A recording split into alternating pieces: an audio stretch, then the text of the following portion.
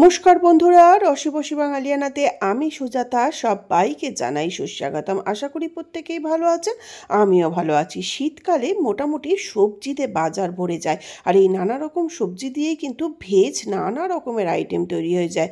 তো সেরকমই সম্পূর্ণ নিরামিষ নানা রকমের সবজি দিয়ে একটা থালির রেসিপি আমি আজকে নিয়ে হাজির হয়েছি। ভাত বসিয়ে দিয়েছি, এইখানে বেগুন, ফুলকপি, কুমড়ো, আলু, পটল সমস্ত ভাজা করতে নিয়েছি। আলুটা মানে মিষ্টি আলু। আর এখানে নিয়েছি গাজর, বিনস, ফুলকপি, ক্যাপসিকাম, কাঁচা লঙ্কা, পনির, আলু দিয়ে এটা মিক্স ভেজ বা রামধনু পনির করব, যার রেসিপি ইউটিউবে অবশ্যই দেখানো আছে। আর এখানে লাউ দিয়ে করছি ভাজা মুগ ডাল, জিরে তেজপাতা ফোড়ন দিয়ে আর লাউ দিয়ে জাল করে নিয়েছি ডালটা। তারপরে এখানে লবণ, হলুদ, কাঁচা লঙ্কা, ঘি, একটু সামান্য মিষ্টি আর নামাবার আগে সামান্য একটু ধনেপাতা দিয়ে মুগ ডালটা করে নিলাম। এখানে লাউয়ের সঙ্গে তোমরা সিমও দিতে পারো। তো সিম লাউ দিয়ে এই মুগ ডালটা কিন্তু তৈরি হয়ে গেল, অসাধারণ লাগে খেতে।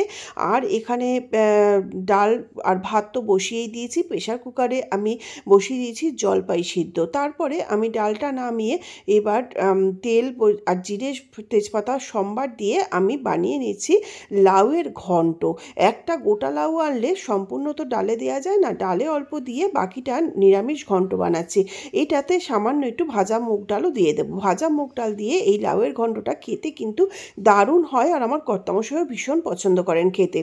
তো এই যে জিরে তেজপাতা দিয়ে লাউটা দিয়ে দিলাম, আর ডালটা না অনেকক্ষণ ধুয়ে জল দিয়ে ভিজিয়ে রেখেছিলাম। লবণ, হলুদ, কাঁচা লঙ্কা, সামান্য ধনেপাতা আর সামান্য একটু ধনে জিরের গুঁড়ো অল্প অল্প করে দিয়ে সব কিছু দিয়ে মিশিয়ে আমি এটা ঢাকা চাপা দিয়ে মোটামুটি 5 থেকে 7 মিনিট একটু রান্না করে নেব। দেখব লাউয়ের থেকে কতটা জল বেরোয়। সাধারণত লাউয়ের থেকে জল বেরিয়েই কিন্তু এই সম্পূর্ণ লাউয়ের সবজিটা রান্না হয়ে যায়। তবে যদি শুকনো লাউ হয়, এখন তো বাজারে অনেক আগে পুরনো কিনে আনে, তবে ফ্রেশ লাউ হলেই ভালো হয়।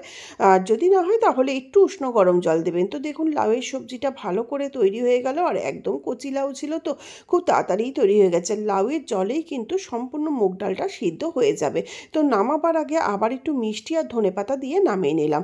এরপরে আমি কড়াইতে আবার তেল বসিয়ে এই যে কুমড়ো, আলু, কপি, বেগুন জানিয়েছি সেগুলো ভাজা করে নিচ্ছি।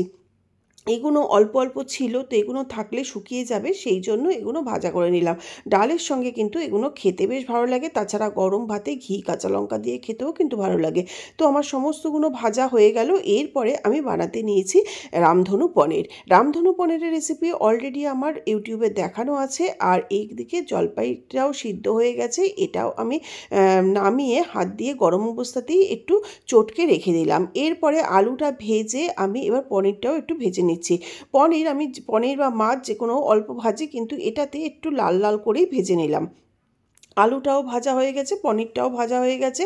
আর এটা সাধারণত রিফাইন অয়েলেই করা যায়, কিন্তু ওই সবজিগুলো ভাজার পরে যেটুকু তেল ছিল সেই তেলেই ভাজছি। আর এই যে ফুলকপিগুলো চড়বড় করছে না, ফুলকপি, গাজর, বিনস এগুলো না সব আমি কিন্তু মাইক্রোওয়েভে ব্রাঞ্চ করে নিয়েছি, মানে একটু হালকা ভাপিয়ে নিয়েছি। আমি সিম, মূলো, ফুলকপি, বিনস, গাজর এগুলো কিন্তু শীতের সময় সামান্য একটুখানি ভাপিয়ে নেই।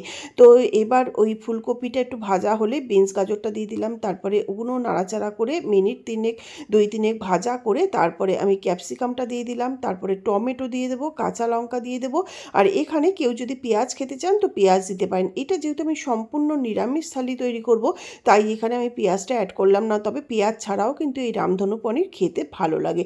সমস্ত সবজি ভালো করে মেশানো হয়ে গেলে এরপরে আমি এর মধ্যে লবণ, হলুদ গুঁড়ো, কাঁচা লঙ্কা আর এখানে দিয়েছি মিক্স ভেজ যে সবজি মশলা, সেই মশলাটা আর দিয়েছি কসুরি মেথি, মানে কিচেন কিং মশলা, এটা আমি দিয়েছি। আর এখানে যে সমস্ত কিছু দিয়ে নাড়াচাড়া করে সামান্য একটু জল দিয়ে দিলাম যাতে মশলাটা না জ্বলে যায়।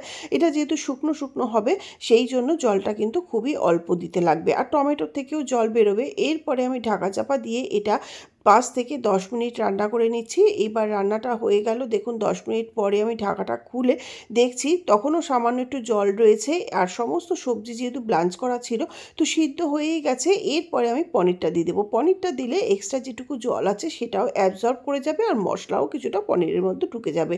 তো নামাবার আগে এবার স্বাদের ব্যালেন্সের জন্য দিয়ে দিলাম সামান্য একটু চিনি। নিরামিষ সবজিতে একটু চিনি দিলে খেতে কিন্তু বেশ ভালোই লাগে। আর তারপরে দিয়ে দিচ্ছি হাফ ক্রাশ করে নেওয়া একদম ফ্রেশ গোলমরিচ গুঁড়ো। এরপরে আমি এখানে কসুরি মেথিও দিয়েছি আর অল্প একটু বাটার দিয়ে এটা নামিয়ে নিলেই হয়ে যাবে রামধনু পনির। এরপরে সমস্ত রান্নাগুলো আমার কমপ্লিট হয়ে গেল। এইটা না ভাত, রুটি, লুচি, পরোটা যে কোনো কিছুর সঙ্গেই ভালো লাগে। আর এরপরে সামান্য একটু তেল দিয়ে এই যে সিদ্ধ করে রাখা জলপাই লবণ হলুদ দিয়ে একবারে দিয়ে দিলাম। সামান্য একটা কাঁচা লঙ্কাও কিন্তু দিয়েছিলাম। আর আপনারা চাইলে এখানে শুকনো লঙ্কা দিতে পারেন। আর এই জলপাইয়ের চাটনি করতে কিন্তু প্রচুর মিষ্টি লাগে, কিন্তু আমি না এই সময় যে রসগোল্লা আনি বা পান্তুয়া আনি সেই রসটা না ফেলে দিয়ে সেটা দিয়ে চাটনিটা করে ফেলি। তো এই যে এখানে রয়েছে রসগোল্লার রস, সেই রসগোল্লার রসটাই আমি কিন্তু এখানে দিয়ে দেবো। তবে এইটা জলপাইটা যেহেতু অল্প রয়েছে, রসগোল্লার রসটা একটু বেশিই হয়ে গেছে, কিছু করার নেই, পরে আবার জলপাই এনে ওর সঙ্গে অ্যাড করে দেবো। আবার পুজোর কয়েকটা নকুলদানা ছিল, যেহেতু এটা নিরামিষ থালি সেই জন্য নকুলদানাটাও দিয়ে দিলাম। এই যে চাটনিটাও আমার তৈরি হয়ে গেল আর রান্না সমস্ত হয়ে গেছে। ভাত, কাঁচা লঙ্কা, পেঁপে সিদ্ধ আর মিষ্টি আলু, ফুলকপি, বেগুন, পটল, কুমড়ো সমস্ত ভাজা নিয়ে নিয়েছি। গরম ভাতে ঘি নিয়ে নিয়েছি। এখানে লাউ, ভাজা মুগ ডাল দিয়ে ঘন্ট, লাউ দিয়ে ডাল, চাটনি, আর এখানে ঘি রয়েছে আর অবশ্যই রয়েছে ঘরে পাতা টক দই। তো আজকের মতন বাই।